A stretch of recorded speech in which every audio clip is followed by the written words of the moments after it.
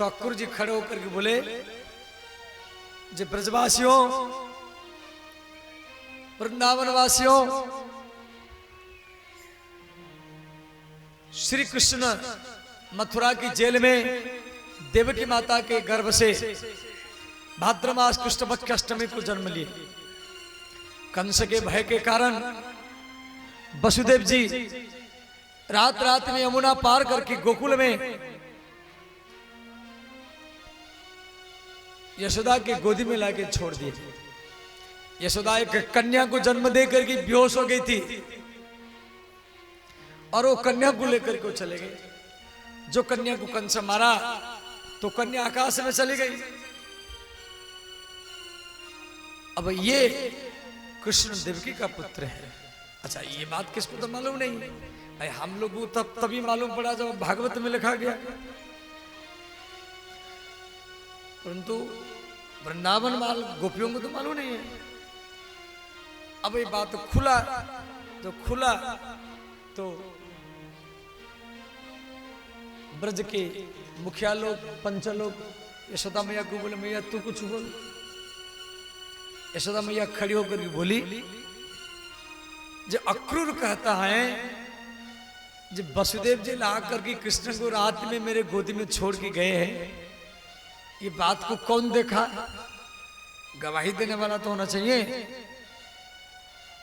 अब वहां गवाही देने वाला तो कोई नहीं है। तो यहां पर यशोदा मैया जीत गई, परंतु अक्रूर जी बहुत बुद्धिमान थे, मंत्री थे, महामंत्री। मंत्री माने जो मंत्रणा दे। तो अक्रूर जी दूसरा बात रखे,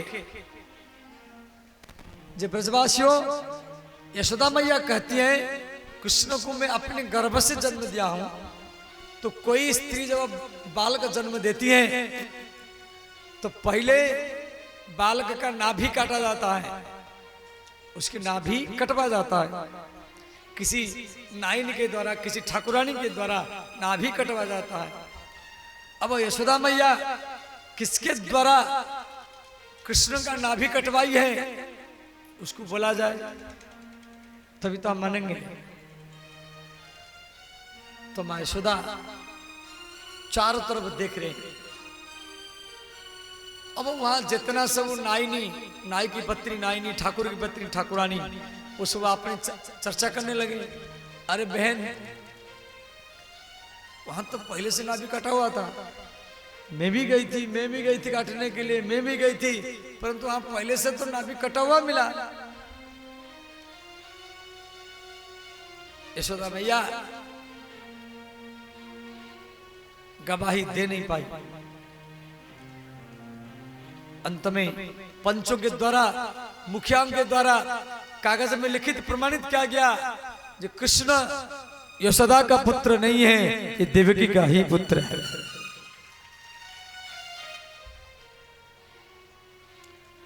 यशोदा मैया हार गई। मां यशोदा सबके बीच में फुट फुट होकर की वो रोने लगी। तो श्री कृष्ण गैया चराने के लिए गए थे, दौड़ करके आए। इन्होंने कोई बताया कि आपकी मैया पंचायत में सबके बीच में रो रहे हैं। कृष्ण भागे भागे आए, मैया यशोदा को पकड़ करके बोले, अरे मैया, इन सबके बीच में क्यों रो रहे हैं? यशोदा ने कहा, कन्हैया पुत्र, मैं हार चुकी हूं। सारा पंचायत में कागज में लिखित प्रमाणित किया गया जो आप देवकी के पुत्र हैं। पुत्र, भले आपको देवकी गर्भ से जन्म दिया है, परंतु हम आपके पालन किया है। यदि आप मुझे अपनी मां के रूप में नहीं मानते तो अपनी दासी के रूप में, अपनी नौकरनी के रूप में या अपनी दाई के रूप में मान लेना। इतना कहकर कि मैया फुट फुट होकर के रोने लगी। श्री कृष्ण मैया को समझाए, मैया रो मत, मैं तेरा पुत्र हूं, मैं तेरी लाला हूं। मां यशोदा को पकड़ करके कृष्ण महल में लाए। मां यशोदा कभी खंबा के सहारे में बैठ कर के रोती है, कभी दीवार के सहारे में बैठ कर के रोती है।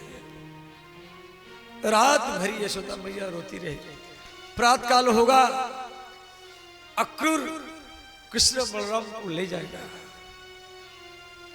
और कृष्ण के बिना मैं रह नहीं सकती। श्री कृष्ण मैया को बार बार समझा रहे, मैया रो मत, मैं जिसके लिए अवतार लिया हूं वो काम अभी अधूरा है। मुझे कंस को मारना है, मुझे जरासंध को मारना है, मुझे शिशुपाल को मारना है, वो काम अभी अधूरा है। भले मुझे तो मथुरा जाना ही पड़ेगा, भले मैं मथुरा में रहूं या द्वारिका में या हस्तिनापुर में, मैं कहां भी रहूंगा, ये भागवत, ये इतिहास, ये पुराण मुझे देवकी का पुत्र नहीं यशोदा का पुत्र कह करके ही बोलेगा। भगवान कृष्ण मैया को समझा रहे। रात भर प्रातःकाल हुआ, अक्रूर रथ तैयार किया और कृष्ण बलराम रथ में जाके बैठे। एवं ब्रवाण विरहात्रसम ब्रजस्त्रियः कृष्ण विषक्तमानसः विसृज्य रुरुदास्म सुस्वरम गोविंद दामोदर माधवेति।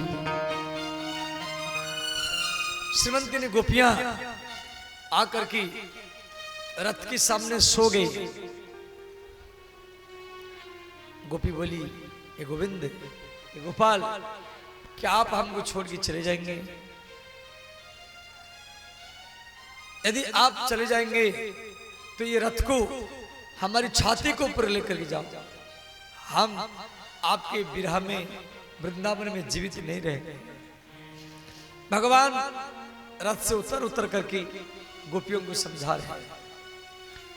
अंत में अक्रूर जी को बोले, चाचा जी रथ को थोड़ा आगे बढ़ा। रथ आगे बढ़ा। इतने में एक गोपी आकर की फिर रथ के सामने खड़ी हो गई और बोली, हे कृष्ण, थोड़ा पीछे की ओर देखो, नंद बाबा कैसे पछाड़ खा कर गिर गए हैं और मां यशोदा कैसे दरवाजा में खड़ी होकर रो रहे हैं। तो कृष्ण जब देखे मेरे बाबा और मेरे मैया मेरे विरह में रो रहे हैं, तो कृष्ण रथ से फिर कूद गए और जाकर की मैया को समझाया। मां यशोदा बोली, कन्हैया ये माखन ले जाओ। पुत्र, एक बार मैं तुझे उखल में रस्सी से बांधी थी। पुत्र, मैं तेरा कान भी पकड़ा, तो मुझे क्षमा करना। और मैं जिस रस्सी से तुझे बांधी थी वो चिन्ह अभी भी तेरे पेट में है। यदि देवकी पूछेगी तो मेरे ओर से क्षमा मांग। यदि मैं जीवित रहूंगी तो फिर आपका दर्शन करूंगी। कृष्ण रथ में बैठे, रथ आगे चला। गौशाला में जितना गौ माता थी वो सब रथ के सामने आकर खड़ी हो गई। सब कृष्ण बलराम को देख देख कर रोने लगे। भगवान कृष्ण गौ माताओं को प्रणाम किए, बोले, मेरी गौ माताओं, मैं जिसके लिए अवतार लिया हूं वो काम अभी अधूरा है, आप मुझे आशीर्वाद दो। मुझे बहुत काम अभी करना है। वो गौ माताएं इस प्रकार रोने लगी, हे गोविंद, हे गोपाल, यदि आप मथुरा जाएंगे तो हम भी आपके साथ में जाएंगे। आप कंस को मारने के बाद में मथुरा के राजमहल में रहना, हम तो पशु हैं, हमारे लिए कोई महल का जरूरत नहीं है।